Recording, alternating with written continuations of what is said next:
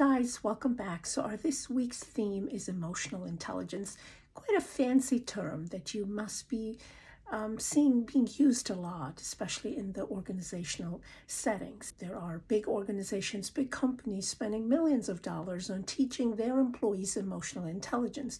Why? Because research is showing that besides having a high level of IQ, it's a person's emotional intelligence that really determines how successful a person is, how well of a teammate they can make, how well of a leader they can make, how good can they run organizations. Let's break it down a little bit, What is emotional intelligence? What is this term?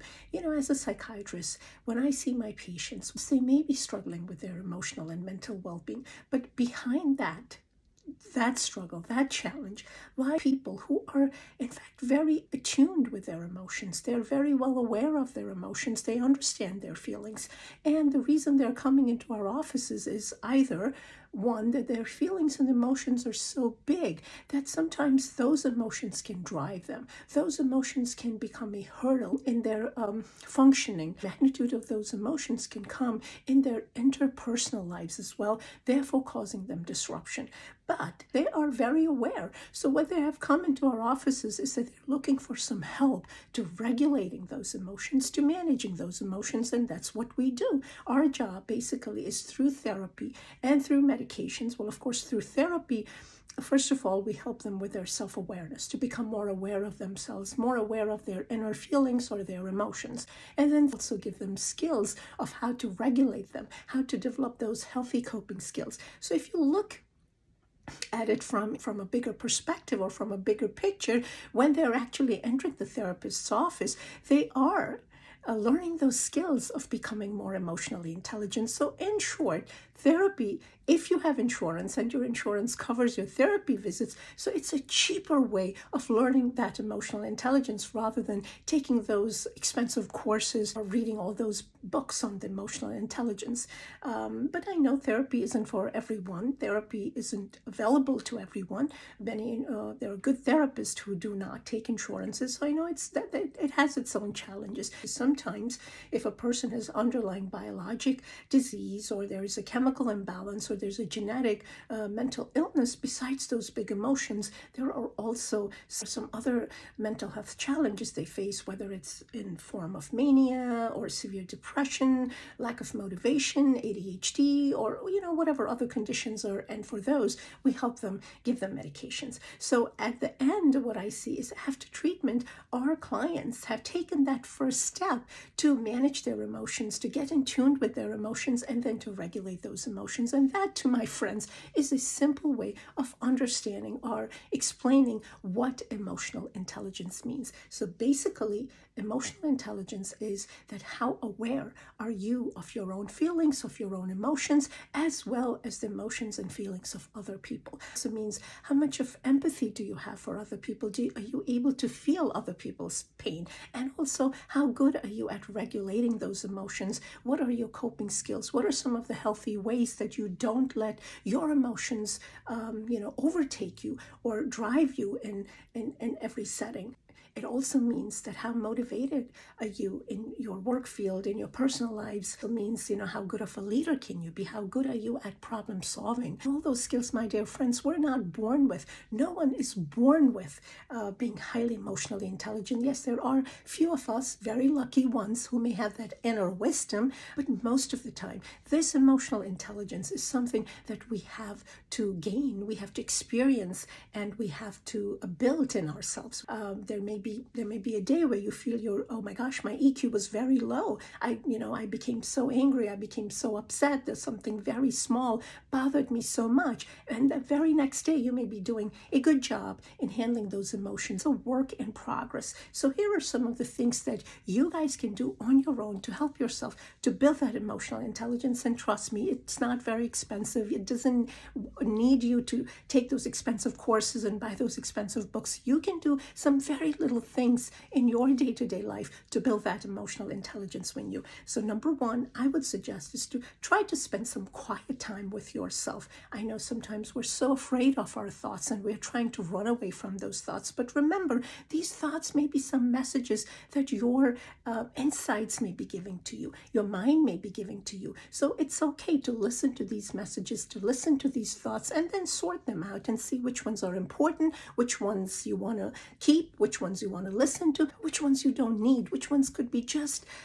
anxiety, maybe something from the past, maybe some worries about the future. So those thoughts, you can just discard them or, just ignore them and move on. So spending time in silence is very good. That's very similar to meditation. And meditation, again, doesn't mean that you have to go and sit like a Buddha or, you have to just sit in that posture. No, meditation is basically you can meditate even while you're walking. And meditation is definitely not by avoiding your thoughts, ignoring your thoughts. It's rather paying attention to your thoughts. And that's where that concept of mindfulness comes. Be mindful of whatever activity you're doing in the present moment. You are eating, then be mindful of the food that you're eating, the taste of the food, the texture of the food, the smell of the food. Be mindful of the conversations that are happening around your dinner table. Be mindful of what your children are talking to you, how they are talking to you. When they're sharing their day with you, be mindful of that. Pay attention to their wording. Ask them those questions rather than correcting them and giving them advice and telling them, hey, this wasn't the right thing, how you handled it. And you know what? Watch movies which reflect emotions and which reflect relationships and, have deeper meaning. Watch those movies. That can help you build your emotional intelligence while you're watching your movie. If you catch yourself tearing up or crying at a sad scene, then remember that it's a proof that you are building your emotional intelligence. One of the best ways to build emotional intelligence is to establish those healthy connections. So broaden your friend circle. Try to meet new people. Try to, make an eye contact with people in the grocery store. Smile at them, like say something nice instead of going on the phone while you're waiting in aisle for the grocery store. Try to establish those connections. Try to start a conversation with a person ahead of you or in your back. Traveling, for example, is one of the best ways to develop emotional intelligence. Travel to different countries, pay attention to their culture, see how people talk, how people interact. Read biographies, read about the lives of some successful people. What mistakes did they make? What helped them? What were their challenges? How did they overcome their challenges? What difficulties did they face? And reading other people's stories and their life stories, especially the successful ones or not so successful ones either, that also helps you build your emotional intelligence.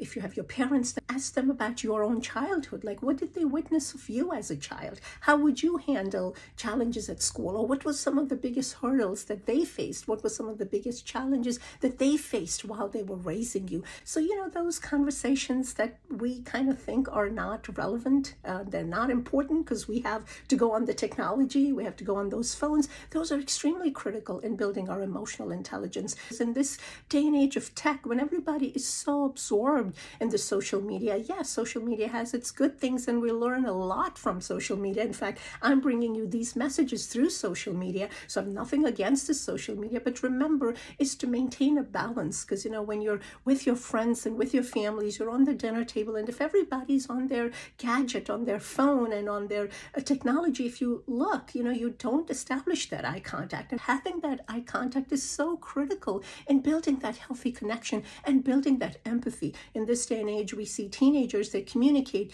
through social media, Snapchatting, but the feelings associated with their connection is absent, unfortunately. That's one of the biggest hurdles to our emotional intelligence, is being absorbed in the tech, is communicating through social media, through Snapchat and Facebook and texting and all, because it really takes away the essence of those feelings associated. When you text someone something, whether nasty or even, complimentary, but you're able to see their expression. You can't see how they're feeling in that moment when you're sending them that emoji emoji and all. I mean, that's all good. I'm not against that. Continue to do that, but try to have those live conversations to maintain that eye contact, which is so critical in building that empathy. And I would love to hear from you guys in the comment section as to what did you do? What helped you in your day-to-day life to become more emotionally intelligent, to become more aware of yourself, aware of your loved ones, and when you went through those difficult emotions, whether anger, frustration, or boredom, how were you able to get out of it? What coping skills did you use to manage those emotions? So I will talk to you soon.